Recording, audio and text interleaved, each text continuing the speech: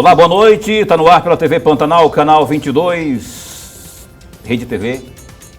Uma emissora do Grupo Gazeta de Comunicação, o programa Opinião, que a partir de agora vai até às 8h30 da noite, falando hoje, segunda-feira, de política com P maiúsculo, porque está aqui Janaína Riva, deputada estadual. Enfim, ela veio.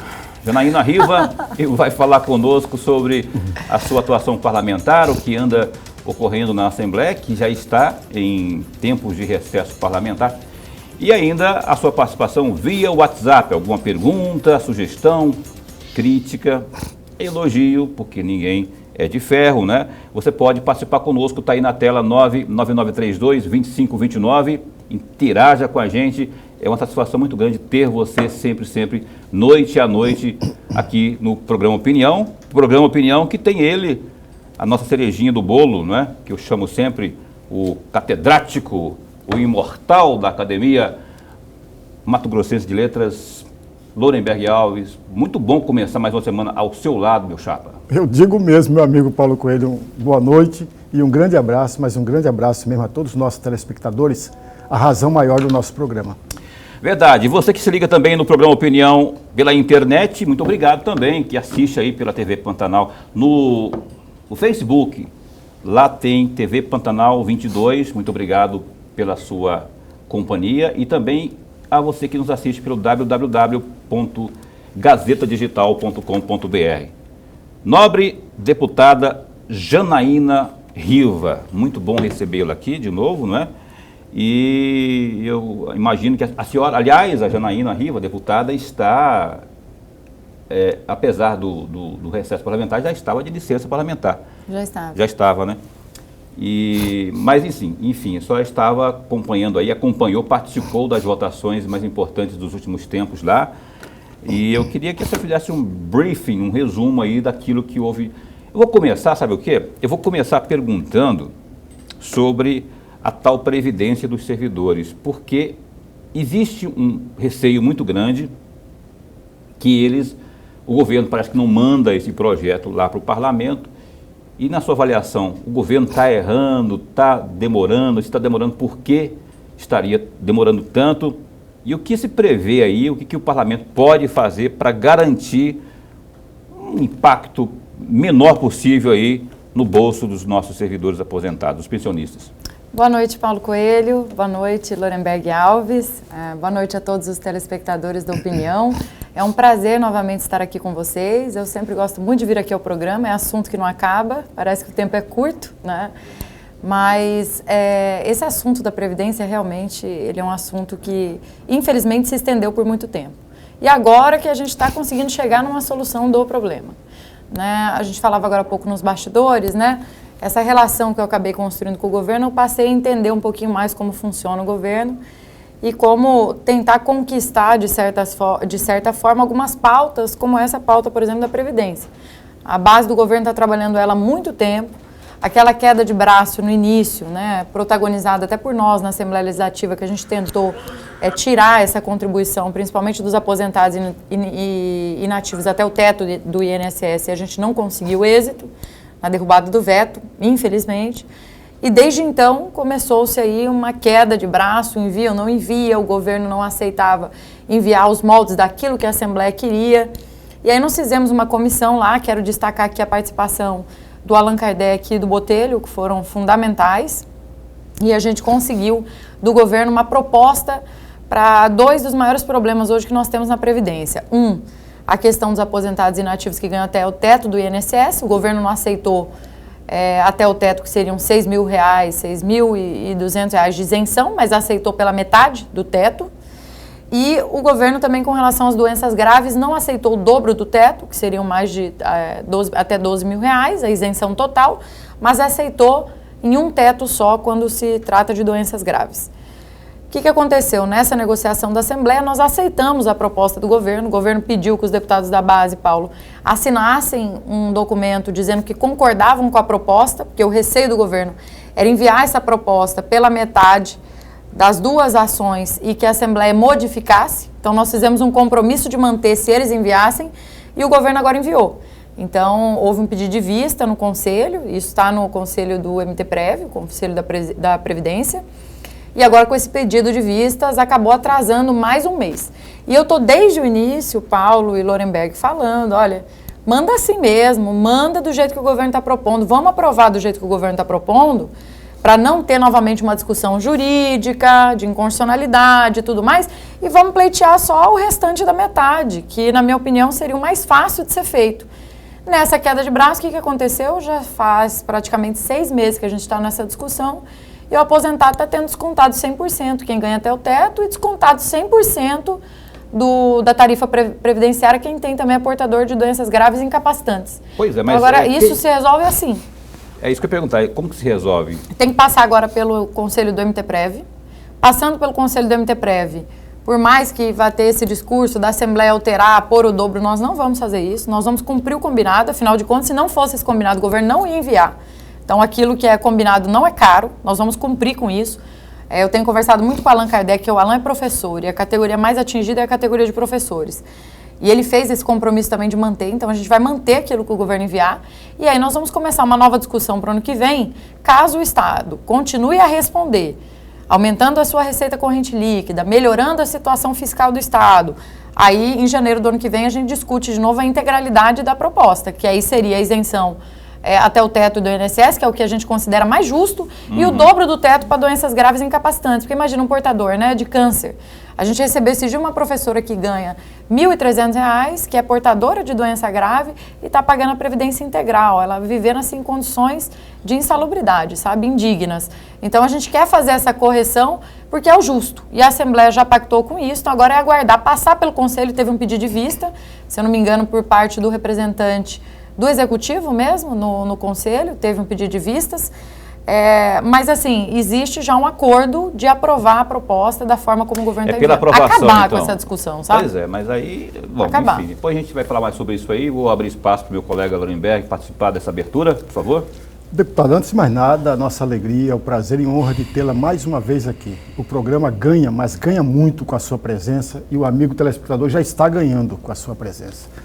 Deputada, eu vou sair um pouco fora desse tema, embora eu possa voltar a ele nos outros blocos, mas tem um tema que eu gostaria muito de ouvi-la, que é a chamada cota feminina. Já se discutiu muito, deputada, de fazer essa cota de 50% do número de cadeiras, tanto na Câmara Federal, quanto nas Assembleias Legislativas, quanto nas câmaras municipais. Esse número caiu para 30% e agora está um crescimento de 12%, 15%, até chegar a um número maior cada ano. E cada campanha, evidentemente. E aí eu gostaria muito de ouvi-la a respeito. A Constituição Federal consagrou a igualdade, mas parece-me que essa igualdade não foi suficiente para fazer com que a mulher participasse mais do jogo político eleitoral.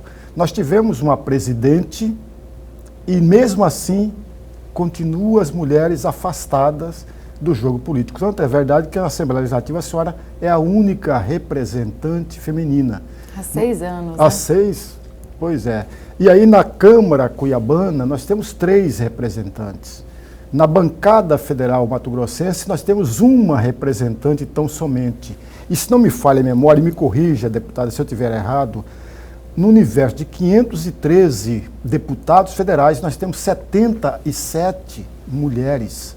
É um número muito pequeno, e aí vem a minha provocação mesmo, para ouvi-la melhor a respeito disso. A senhora, de fato, acredita que a participação das mulheres no jogo político cada vez maior dependa exclusivamente da mudança da legislação? Bom, parabéns, Lorenberg, pela sua pergunta, porque esse é o assunto hoje, realmente, que está em pauta no cenário nacional. Agora há pouco a gente debatia no grupo dos deputados, no caminho daqui para o programa, sobre essa questão da cota feminina, como que ela vai ser aplicada, porque parece que esse é um assunto que já está pacificado no Congresso. Tanto o senador Carlos Fávaro, que é o relator hoje da proposta no Senado da reforma eleitoral, quanto também o senador Wellington, tem me dito que isso já está praticamente dado como favas contadas, quer dizer, que vai acontecer, vai ser uma realidade.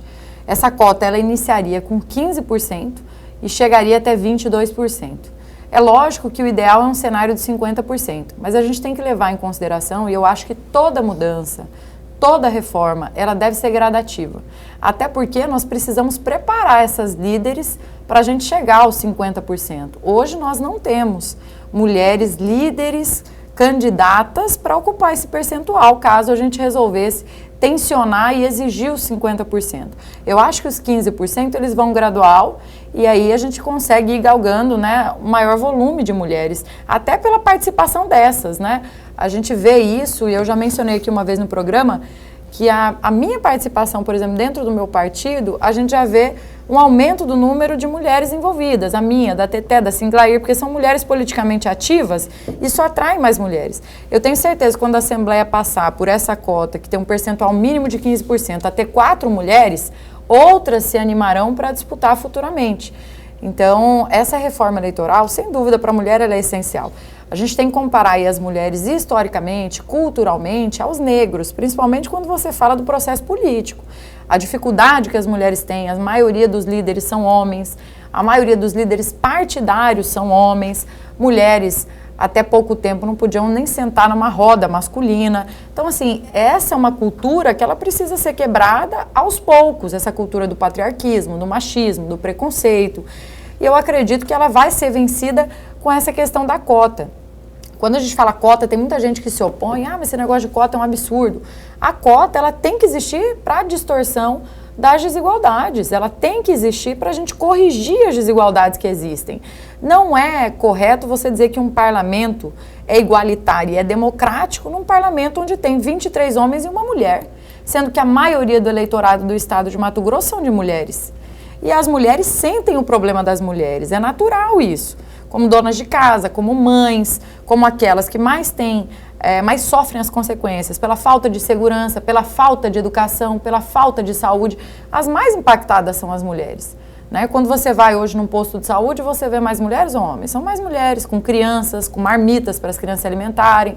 Antes, quando nós tínhamos as filas da educação, parece que esse é um problema hoje que a gente vê cada vez menos, graças a Deus, mas eram as mulheres que estavam ali. Então, essa correção ela é necessária. Eu fico feliz de saber que essa pauta avançou, até porque hoje a representatividade no Congresso é de cerca já de 15% de mulheres, então isso faz com que a pauta consiga avançar diferentemente dos estados, como é o caso do nosso estado, que a nossa representatividade não chega a 5%, então é um número irrisório no âmbito legislativo, e a gente precisa melhorar isso. Cuiabá, como você disse, no mandato passado não tinha nenhuma vereadora, agora nós temos 3, né? E agora com a Maria Valone assumiu, né, nós voltamos para 3, né, com a Maísa Leão também, seriam 4 mulheres que hoje estão no cenário político municipal. A gente precisa melhorar isso em nível estadual. Como são campanhas caras, porque é um estado grande, é um estado difícil de acesso. A campanha em Mato Grosso não pode ser comparada com uma campanha do Rio de Janeiro, de São Paulo, onde você pega o seu carro. É mais condensado, né? Exatamente, anda um pouquinho e ali você está andando em várias cidades. Então, sem dúvida, um avanço para as mulheres, a gente tem que defender isso. E eu fico feliz de saber que as mulheres estão empenhadas.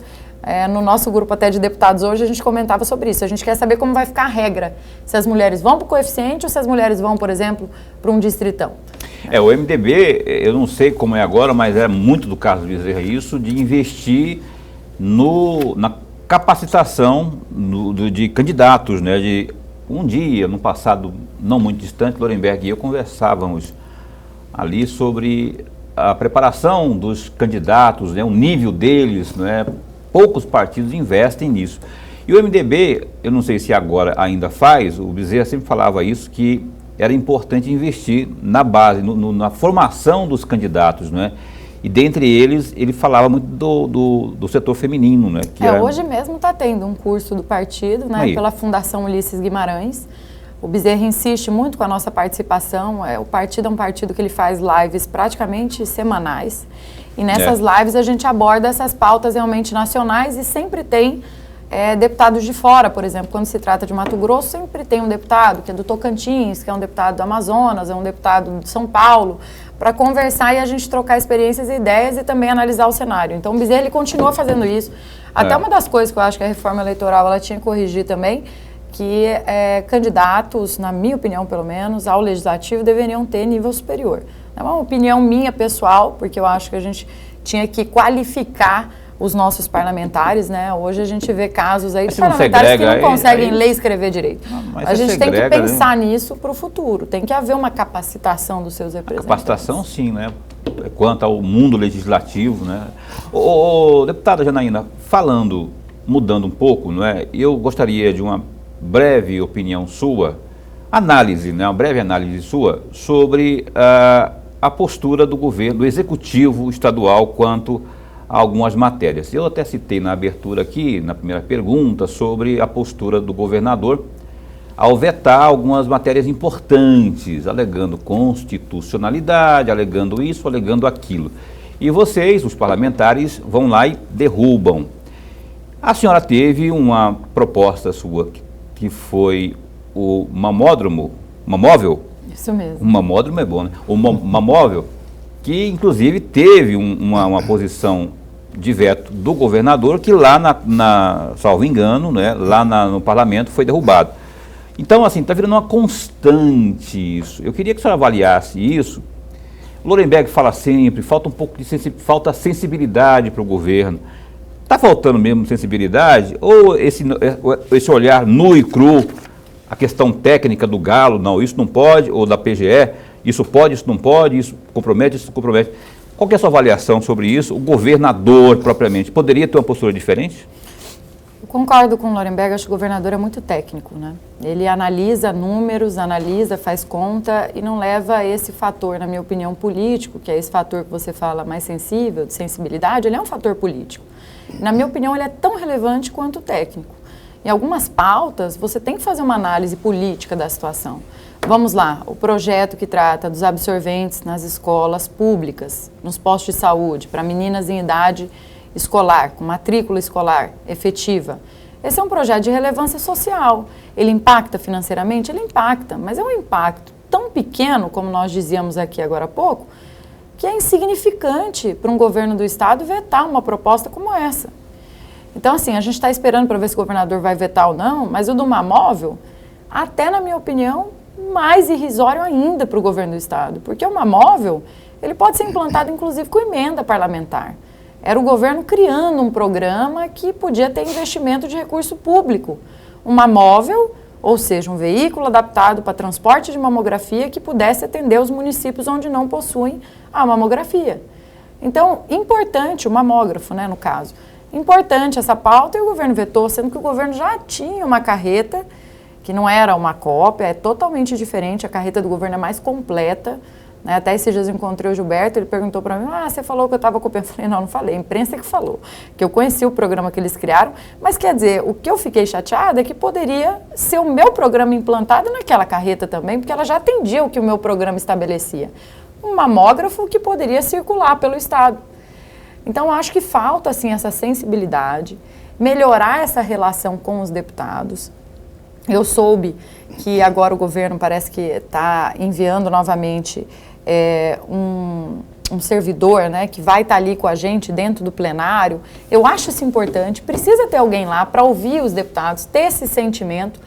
O Mauro Carvalho é muito esforçado, eu sempre falo que eu me surpreendi com ele, porque o Mauro nunca tinha tido uma experiência pública, num cargo público. Mas ele não tem Mas ele não está ali no dia a dia. Malemolência. E acaba centralizando muito nele. Eu vejo assim que tem vários secretários que não atendem telefone, são difíceis de se comunicar. E o secretário da Casa Civil, que é o secretário que acaba tendo mais responsabilidade, é o que mais atende os deputados. Mas ele precisa de alguém, e a gente sempre pontuou isso com ele, para fazer essa relação. Então acho que está faltando sim, Paulo, um pouquinho de sensibilidade, um pouquinho de relação com a Assembleia, para entender que algumas pautas não adianta tensionar, que o governo vai acabar perdendo. E podem virar também anteprojeto, né? Se você não tem condições, se estão alegando a inconstitucionalidade, pode, Janaína, tá bom. Acho que você lembra aquele da tornozeleira, que era um projeto do deputado João Batista? Pois é. E acabou virando um projeto do governo. Anteprojeto. Não tem problema nenhum. O diálogo é bom, né? Conversar é bom. Ter o diálogo com o parlamento é importantíssimo se o governo quiser prosperar. O Opinião dá um tempinho só, você pode dar a sua opinião, ou perguntar, ou sugerir, enfim. 9932-2529 é o WhatsApp aqui para você interagir com a gente. Opinião dá um tempinho só, enquanto eu pego minha tampa da caneta e volto Voltamos já já. Ok, estamos de volta aqui ao vivo com o programa Opinião, entrevistando a deputada estadual Janaína Riva, do MDB, que vai falar agora conosco. Só que antes de seguir aqui com a deputada, quero atualizar você quanto ao que há de mais importante nesse momento no www.gazetadigital.com.br. A gente sempre começa falando da pandemia, de acordo com, evidentemente, com a Secretaria de Estado de Saúde. A ocupação de UTIs cai para 69% e Mato Grosso tem 43 novas mortes. O boletim epidemiológico divulgado pela Secretaria de Estado de Saúde, nessa segunda, dia 5, mostra que a taxa de ocupação das unidades de terapia intensiva, as UTIs, apresentou redução de 75,76% para 69,26%. Conforme a atualização, Mato Grosso contabilizou nas últimas 24 horas a morte de 43 pessoas por Covid-19. Com isso, o Estado passou a contabilizar 12.178 óbitos pela doença e 457.196 contágios. Do total de casos registrados em 435.158 ocorrências, as pessoas infectadas se recuperaram do vírus. Contudo, outras 8.413 seguem em isolamento domiciliar tratando a doença. Além da redução na taxa de ocupação de UTIs, a Secretaria também verificou queda no índice de uso das enfermarias. No boletim emitido no domingo, dia 4, Mato Grosso contabilizava 30% de ocupação nesse tipo aí de leito, valor que variou para 29%. Também aí, no Gazeta Digital, vacina contra a influenza é liberada para toda a população acima de 6 meses de idade. A campanha de vacinação contra a influenza foi liberada pelo Ministério da Saúde para a população em geral a partir de 6 meses de idade nesta segunda-feira, dia 5, devido à baixa adesão dos grupos prioritários que vinham sendo atendidos até então. Mesmo com a abertura da vacinação para a população em geral, as pessoas que fazem parte dos grupos prioritários continuam sendo imunizadas. São eles os motoristas, cobradores e auxiliares também do transporte, não é?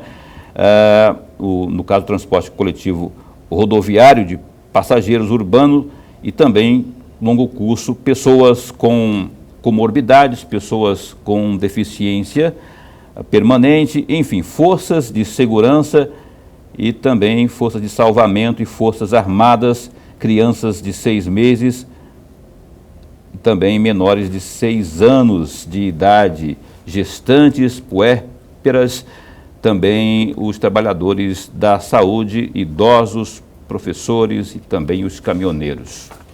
Mais detalhes aí no www.gazetadigital.com.br.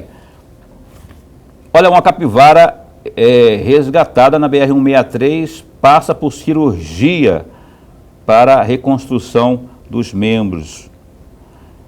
Uma capivara resgatada pela Rota do Oeste, em Rondonópolis, passou por uma cirurgia para a reconstrução da traseira, da pata traseira, com um pino e placa de metal. Com isso, o animal silvestre poderá retornar aí à natureza depois que estiver totalmente reabilitado. Atualmente, a capivara segue recebendo os cuidados médicos e tem recebido aí sessões de tratamento com ozônio para acelerar o processo de recuperação. Mais detalhes aí no www.gazetadigital.com.br. Estamos conversando ao vivo com Janaína Riva, deputada estadual. Deputada,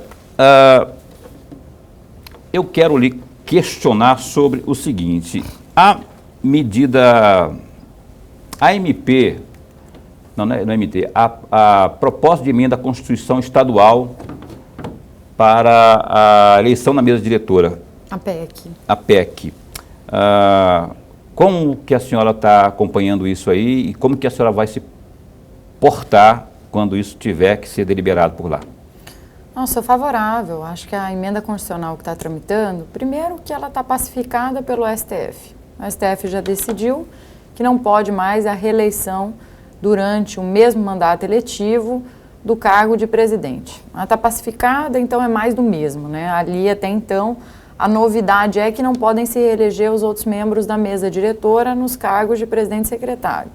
Aí que eu acho que ela está errada.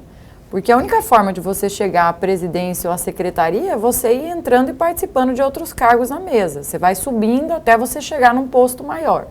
Como funciona hoje quando você quer ser candidato a governador? Você começa, você é vereador, você é prefeito, você é deputado, enfim, você vai gradativamente. A proposta do jeito que ela está ali, dos 7 membros, ninguém pode voltar para a mesa diretora. Tá? Isso não existe, né? Na minha opinião, isso está completamente errado. O que deveria acabar é a troca e inversão de cargos entre presidente e primeiro secretário, porque esses dois são os que detêm a maior força, certo? Então, se a gente não quebrar essa cultura que nós temos em Mato Grosso, de presidente e secretário ficar trocando de cargo, a gente vai ver o presidente e o primeiro secretário ser os mesmos enquanto eles se reelegerem. Porque o poder da primeira secretaria e da presidência é muito grande. Então, falo isso de peito aberto, acho que o Botelho hoje já concorda comigo, pelo menos ele me disse esses dias que ele concorda com isso. A gente precisa mudar isso para dar oportunidade de outros serem presidente e primeiro secretário. Senão, a gente vai continuar com o mesmo que aconteceu no passado. É o presidente, aí ele vira secretário, o secretário vira presidente. Então, acho que a gente tem que mudar isso. Mudar, e aí, como eu disse aqui para vocês, as mudanças têm que ser gradativas. Essa história de aí não pode reeleger ninguém, eu acredito que isso aí, de uma certa forma, para a Assembleia, isso não é bom. Não é bom porque quem que vai querer ser? Vice, segundo vice ou secretário, se ele nunca vai poder ser presidente depois? Essa é a lógica da discussão. Professor. Deputada, eu vou sair um pouco fora, porque tem um outro tema que eu gostaria muito de ouvir a opinião da senhora. Recentemente, a Assembleia Legislativa teve uma audiência pública onde discutiu exatamente a comunidade LGBT. E nessa oportunidade tem uma fala da senhora que eu destaquei um trecho, até para provocar a reflexão da senhora. A senhora diz, entre aspas, não é fácil compreender as dificuldades daqueles que enfrentam preconceitos e todos os tipos de ofensas e violências. O estado de Mato Grosso é um dos estados brasileiros que mais mata mulheres, onde as minorias padecem. Há muito tempo tenho um sonho, que é a criação do Conselho Estadual da Diversidade. Mas, todas as vezes, esta pauta é travada. Fecham aspas. Eu tenho 3 perguntas para fazer a respeito desse tema. A primeira delas, qual seria a função desse Conselho Estadual da Diversidade, deputada? O Conselho ele é muito importante, ele já existe em vários estados.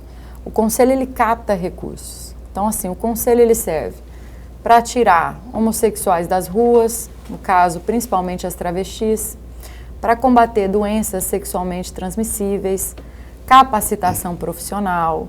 O Conselho ele tem um objetivo de certa forma, trabalhar psicologicamente, trabalhar financeiramente, levar para o mercado de trabalho e trabalhar também as doenças relativas ao público LGBTQI+, que está nas ruas, né, porque a grande maioria é expulso de casa, ou foi abusado em casa e foge de casa. Esse é um público, quando a gente fala do Conselho Estadual, a gente não está pensando no LGBTQI+, no gay, que é aquele de classe média, aquele que está dentro do apartamento. A gente está pensando naqueles que são de extrema pobreza e que são vulneráveis.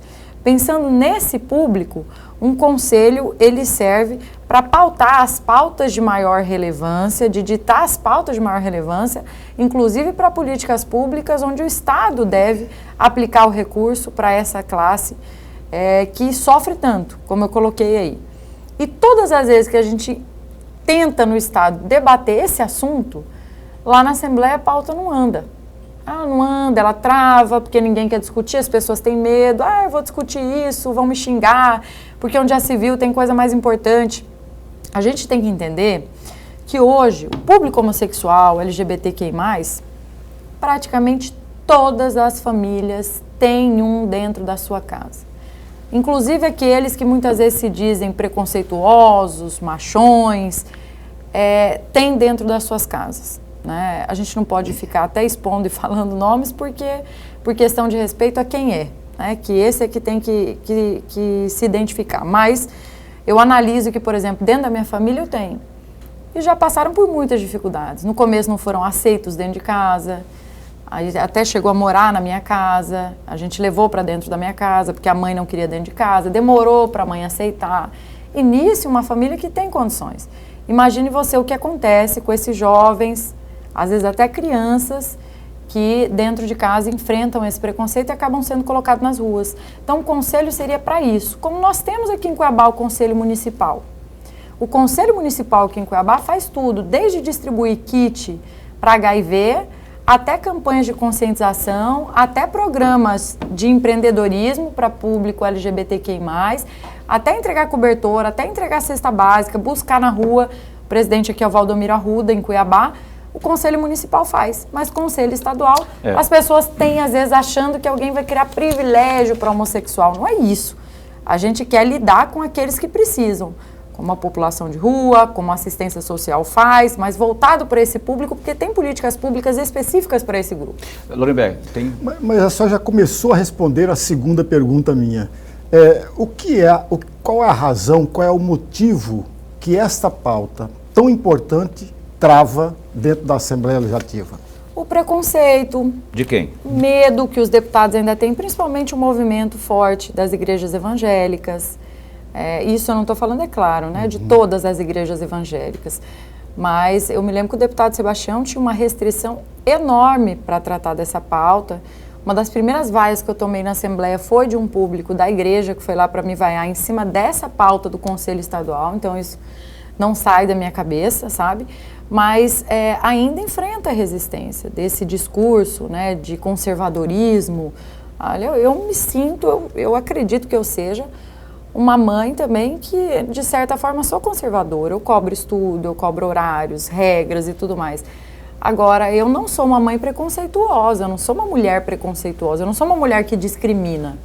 Então, acho que essa discriminação ela é difícil de ser vencida e a maioria das pessoas, Paulo, por que não anda, Lorenberg? Quer fugir do tema, eu não vou debater isso. Às vezes, o colega deputado tem um homossexual dentro da casa dele e ele não quer debater o tema porque tem medo do que a sociedade vai falar. Do reflexo perante a sociedade. É brincadeira o negócio dele, né? Exatamente. Opinião, aliás, opinião não, voto, né? Ele tem medo de perder voto.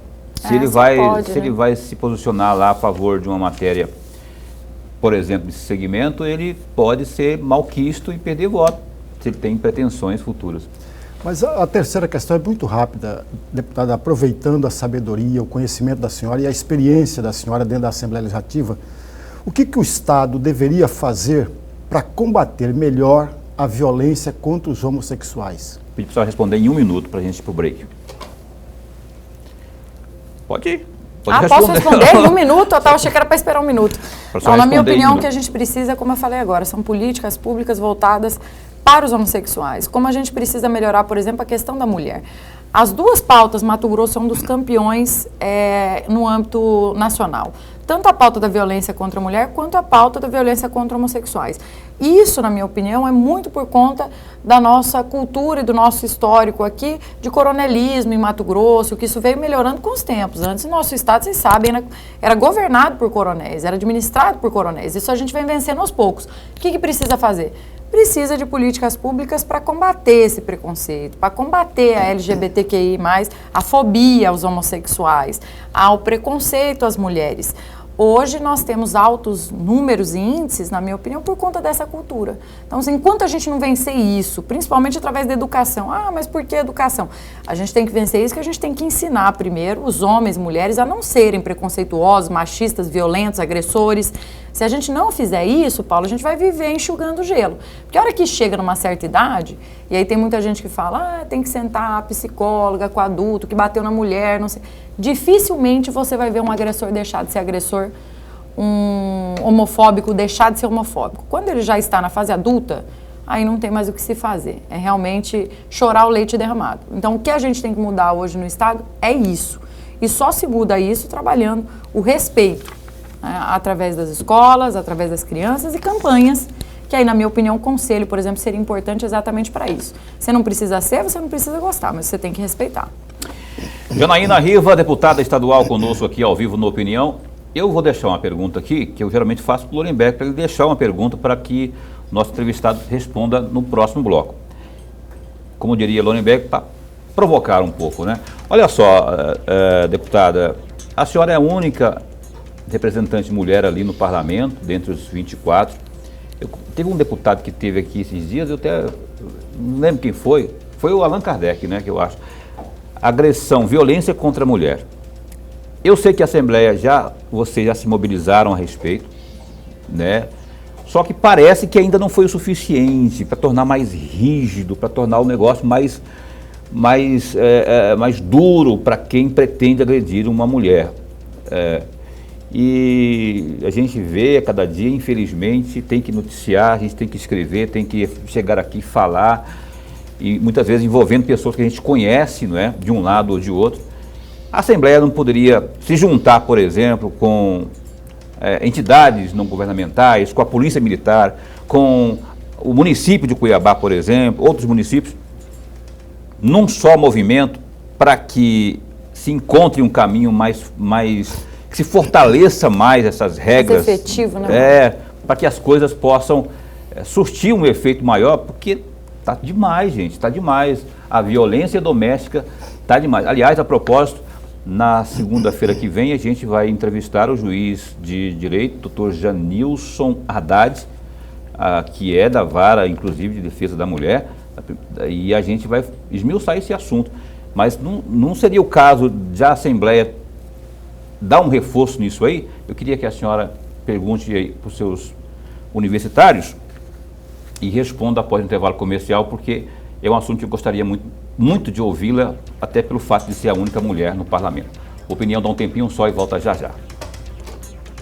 O Opinião está de volta ao vivo com Janaína Riva, deputada estadual do MDB. Deixei aí uma pergunta aí sobre a violência contra a mulher. Se não é o caso, não seria o caso de o parlamento estadual se juntar com os parlamentos municipais, prefeituras, polícias, enfim, sociedade civil, para que crie um movimento até de conscientização, para que você, mulher, que esteja eventualmente passando por uma situação como essa, saiba o que fazer. Saber até sabe, mas ter coragem, o caminho para ter coragem. Paulo, a gente falava agora há pouco, né? A pesquisa realizada no doutorado da doutora Ana Cristina Feldner, quero até mandar um abraço para ela, a delegada doutora Ana Cristina, pessoa que eu adoro, admiro, uma mulher de muita fibra, muita luta, né? Ela fez um doutorado e o doutorado dela mostrou o seguinte: qual que é o problema hoje de Mato Grosso? Por que aumentou tanto 2019 para 2020? Por que tantas mulheres continuam sendo assassinadas em Mato Grosso, vítimas de feminicídio? Feminicídio, né, para quem não sabe o que é, a mulher que morreu por ser mulher. O motivo do assassinato dela é o sexo dela, ser sexo feminino.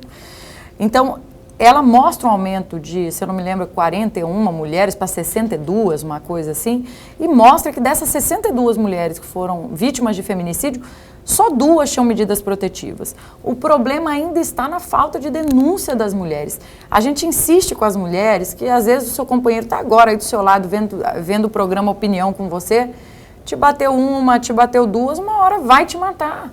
E as mulheres não denunciam. A falta de denúncia faz com que não tenham acompanhamento psicológico, não tenham acompanhamento policial. Mostra essa pesquisa da doutora Ana Cristina, Paulo, que o problema não está nas forças de segurança do Estado. Estaria se, por exemplo, metade das mulheres que foram assassinadas estivessem com medida protetiva. Agora, se nem o BO foi feito, é difícil para as forças de segurança saberem que aquela mulher está sendo vítima de violência doméstica. Mas para o vizinho não é difícil, para o filho não é difícil, por isso que a gente tem insistido. Olha, briga de marido e mulher tem que meter a colher, você tem que denunciar. Você que é vizinho, que ouve a sua vizinha gritando, você que é filho, que ouve sua mãe chorando, apanhando do seu pai, tem que denunciar. Então, eu sempre falo, tem que trabalhar isso dentro das escolas, e a desembargadora Maria Erotildes concorda comigo, eu sempre falo com ela sobre isso. A gente tem que trabalhar isso dentro das escolas, para daqui a 30 anos a gente não estar aqui discutindo o mesmo problema das crianças de hoje violentando as mulheres de amanhã. Então, como que começa? E começa assim, começa controlando o horário que a namorada sai de casa, controlando a roupa que ela veste, fazendo comentários machistas, sexistas. Começa por aí. Começa assim, aí começa com um tapinha, começa não deixando sair de casa, fazendo trocar a saia que está vestindo. Mandando calar a boca. E vai até depois as agressões físicas e termina em feminicídio. A gente viu o que aconteceu no episódio agora mais recente do Muvuca. Quem imaginou que o Muvuca teria coragem de assassinar uma mulher à mão armada como ele fez ali? Aliás, tentou, né, assassinar, porque graças a Deus eu soube que ela teve alta hoje. Teve alta, graças a Deus.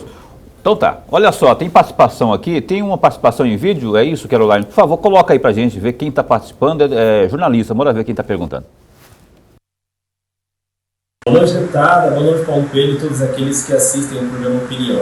Meu nome é Alan Mesquita, sou repórter aqui do Gazeta Digital. Bom, deputada, recentemente o secretário de Planejamento de Cuiabá, Zito Adrien, qualificou a senhora como prepotente e arrogante, justamente por sugerir que o prefeito Emanuel Pinheiro mude de sigla caso decida disputar o governo. Eu queria saber como a senhora vê essa declaração. E o segundo ponto é, se o prefeito realmente resolver sair candidato, como isso pode prejudicar o partido em 2022? É o Alan Mesquita, você entendeu a pergunta aí? Entendi, Alan. Obrigado pela pergunta. O Zito Adrien, que te chamou de prepotente, arrogante. Olha, eu confesso, quando eu recebi essa declaração, né, eu fiquei assim, sem entender, porque até então eu tinha o Zito assim como uma pessoa, todo mundo falava, ele sempre foi sereno, foi secretário do Carlos Bezerra, é idoso já, né, eu até falei, ele tem idade para ser quase meu avô, a idade do Zito. É mesmo? Ele tá tão velhinho assim? E o Zito dá uma declaração dessa, me chamando de prepotente, de arrogante. Eu nunca tive contato com ele, nunca conversei com ele. Ele me acusa de uma coisa que eu não sou. Dentro do MDB, o espaço que eu ocupo hoje de vice-presidente, eu cheguei sem empurrar ninguém. Bezerra me ofereceu esse cargo de vice-presidente. Ele me deu o espaço dentro do partido. Prepotente e arrogante é eles quererem impor uma candidatura do Emanuel onde ninguém do partido aceita. Porque se eu falasse só por mim, a Janaína que está falando, ela que manda lá. Não é verdade. O Silvano não aceita, o Romualdo não aceita, o Tiago não aceita, o Dr. João não aceita, o Juarez Costa não aceita. E o Bezerra? O Bezerra hoje, na minha opinião, até vi algumas declarações dele, ele também não concorda com isso. Pelo menos foi o que ele disse para mim. Eu acho até que o Bezerra, nesse meio, ele tenta ser o conciliador e apaziguar os ânimos. Mas o Bezerra sabe, hoje o Bezerra é muito democrático. Isso jamais passaria numa convenção partidária. Então, não estou sendo prepotente e arrogante, eu estou falando pelo partido, pelo que todos os pares do partido querem.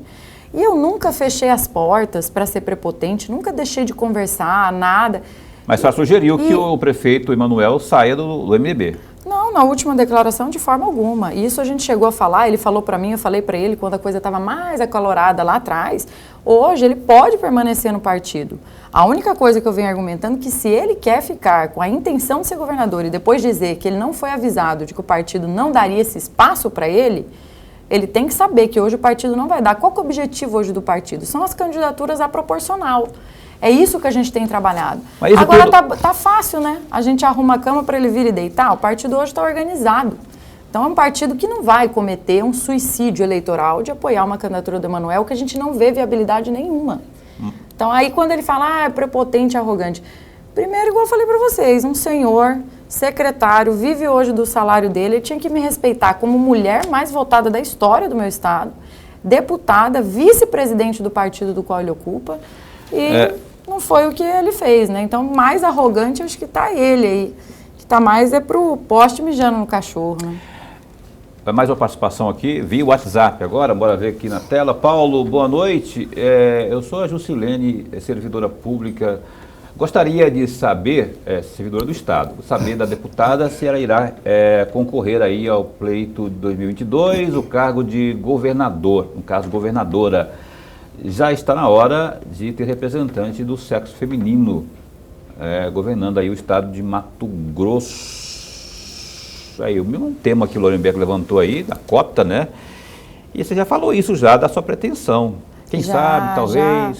É que eu tenho dito o seguinte, hoje, né, tem aí no cenário, a gente só vê hoje a candidatura à reeleição do Mauro, uma provável candidatura que pode acontecer ou não da direita, que a gente ainda não conhece quem seria o nome, aparecem algumas opções, né, o próprio Rossato, o Medeiros, a gente ainda não tem um cenário claro. O que eu tenho dito é que eu acho que o que eu estou construindo, Paulo, eu não posso ser inconsequente e também não posso pegar um partido, como eu disse aqui para vocês, da mesma forma que eu penso com o Emanuel, eu penso comigo também no MDB. Eu jamais colocaria o meu partido numa situação de risco. Então, essa análise hoje, eu sou candidata à reeleição. Isso pode ser revisto? É claro, a gente não sabe nem se o Mauro Mendes é candidato à reeleição, ele mesmo não assume que ele é candidato ainda publicamente. Então, essa análise eu quero fazer ano que vem. Eu tenho visto pesquisas, tenho feito algumas pesquisas, fico feliz de estar pontuando bem nas pesquisas para governo. Como mulher, para mim, é a realização de um sonho também, porque hoje eu vejo que aquela Janaína, a Janaína que era filha do Riva, que era uma menina, aquela Janaína, ela ficou para trás. Surgiu uma Janaína mais madura, hoje eu tenho um pouco mais de experiência. As pessoas às vezes falam, mas às vezes eu sinto falta de você era mais positiva e tudo mais. Eu sinto que eu preciso passar por esse amadurecimento se eu quero ser uma governadora. O radicalismo, ele é bom em muitos momentos. Para mim, ser oposição foi um grande aprendizado. Você apanha muito, sabe? E ao mesmo tempo você bate bastante também. Mas esse amadurecimento político que eu estou buscando é para ser candidata a governadora. Mas de forma alguma eu faria disso uma imposição. É isso, é nada. Eu quero fazer isso no momento que seja propício. Até porque a gente sabe que para você ser candidato a governador, eu acompanhei isso na eleição do Wellington, quando o Mauro foi candidato contra ele, de certa forma eu estava dentro das duas campanhas, que meu partido estava com o Mauro, e eu acompanhava a campanha do meu sogro, que era o senador Wellington. Eu vi a diferença que faz o apoio dos deputados numa candidatura a governo. Então eu preciso construir essa liderança para ser candidata a governadora. Lorenberg. Desta mesma rota, dentro do MDB, evidentemente, no mês passado eu ouvi muito dos bastidores, deputada, de que o MDB estaria trabalhando e articulando, principalmente na cúpula do MDB, para lançar um nome para compor a chapa do Mauro Mendes, um nome para vice-governador. E aí eu tenho umas perguntas à senhora. A primeira delas, o que há de verdade nisso? Existe de fato essa articulação, essa conversa, para que o MDB venha indicar um nome na chapa do Mauro Mendes para disputar a vice-governadoria? Não existe, Lorenberg, não existe. Como eu te disse aqui, o objetivo do partido são as candidaturas à proporcional.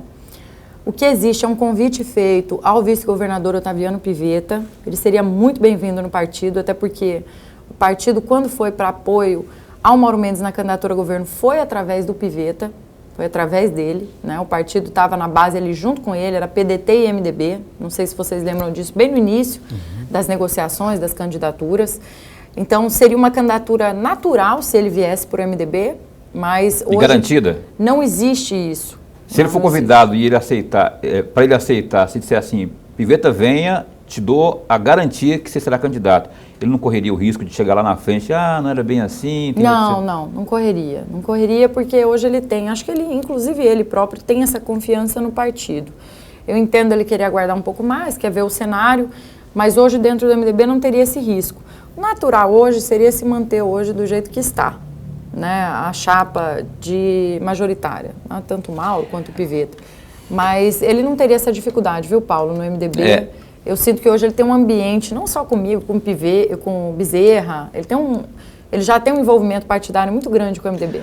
O Alan Mesquita, que é colega nosso, jornalista lá do Gazeta Digital, uma segunda parte da pergunta dele, eu acho que a senhora não respondeu, ele perguntou assim, estava baixinho, se o prefeito realmente resolver sair candidato, como isso pode prejudicar o partido no ano que vem? Pois foi o que eu disse. Ele pode ser candidato, mas não no MDB. O partido não pode aceitar isso porque são muitas candidaturas a proporcional. Então nós temos aí, quando eu fui chamada de egoísta, por exemplo, eu não posso pensar só em mim. Eu tenho que pensar em todos os nossos deputados estaduais e federais. Então, por exemplo, já tem a declaração do Juarez dizendo que não sai da base do governo, já tem declaração do próprio Valtenir, os deputados hoje todos fazem parte da base. Não é assim, o MDB está na base do governo. A gente sabe que não funciona assim, né, Lorenberg? É deputado a deputado que hoje faz parte da base do governo. Então, eu vejo que hoje o partido não tem condições de dar ao Emanuel essa possibilidade de ser candidato. Então é entender assim, quem sou eu para mandar na vida política do Emanuel? Eu tenho que cuidar da minha vida política e do meu partido. Então, dentro do meu partido, do qual faço parte, não tem espaço para essa candidatura. Mas ele tem a oportunidade, tem prazo eleitoral suficiente para escolher outra sigla, caso ele queira realmente manter a candidatura dele a governo. Agora, se o MDB quiser realmente, tiver planos para o ano que vem, ele tem que desembarcar do governo, né? Porque se ele se mantiver ali aliado e não mostrar as suas pretensões para um futuro não muito distante, vai confundir um pouco a cabeça do...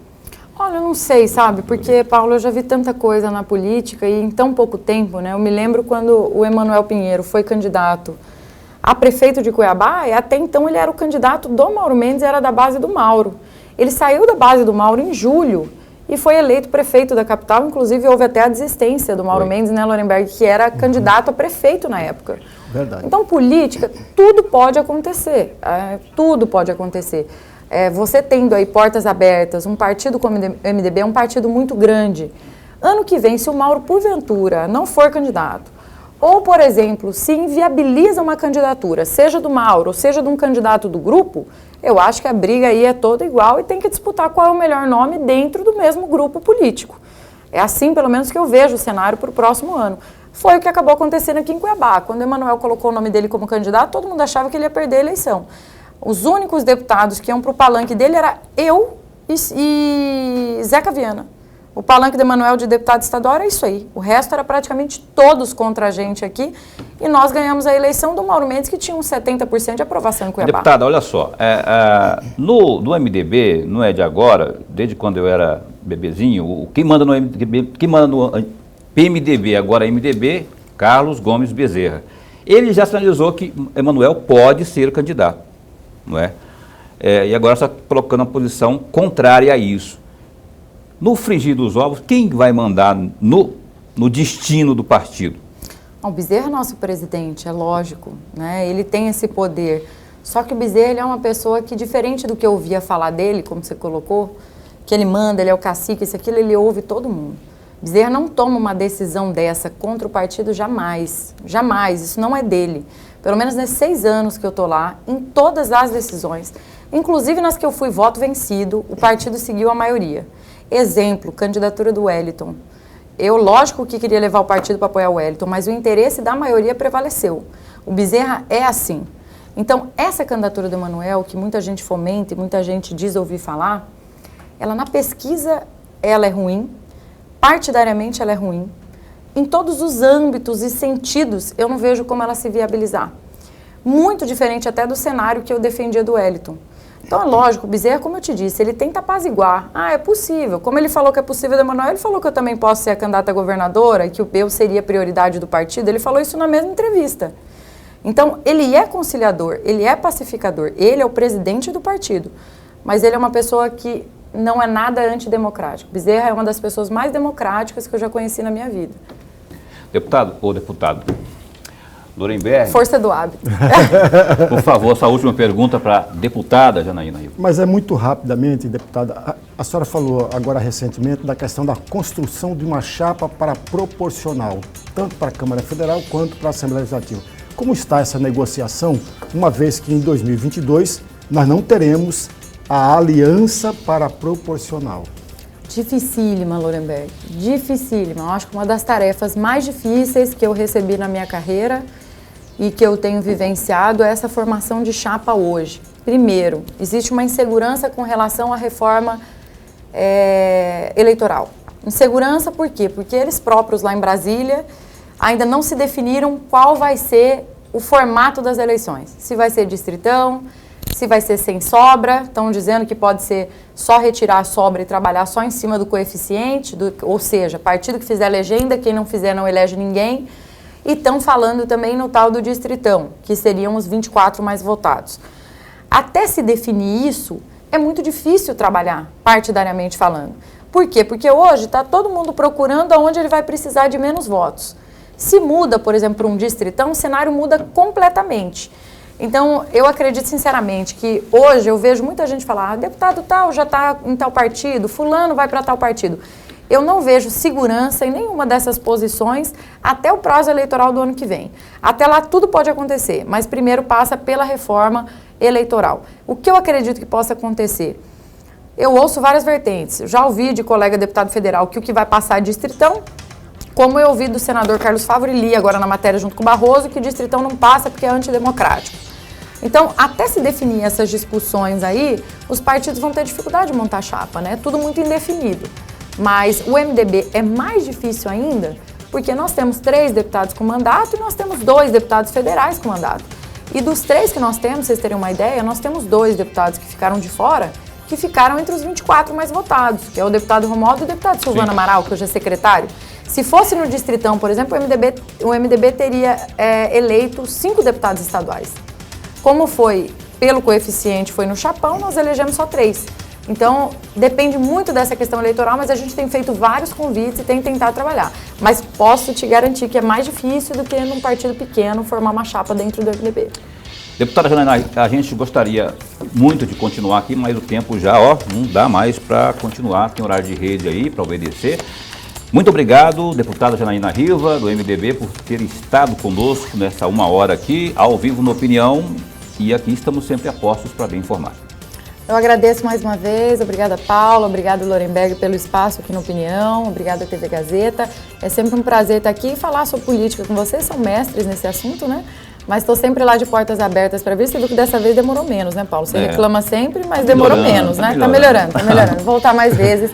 Um abraço a todos os telespectadores, tenham uma grande noite, obrigada por ter nos acompanhado. Um abraço para Laura Petralha, minha tá amiga, de volta. Minha amiguinha, formamos junto, né? Graças um abraço. a Deus. Você não sabe a alegria que eu tenho de vê-la restabelecida, passou por maus bocados por conta da Covid. Muito bom te ver. Laura, obrigado pela força também aqui na pauta. Lorenberg, até amanhã. Até amanhã. Amanhã a gente conversa com Luiz Celso, secretário de Obras de Várzea Grande, às 7h30 da noite. Não perca, é ao vivo. Fica bem, fica com Deus também.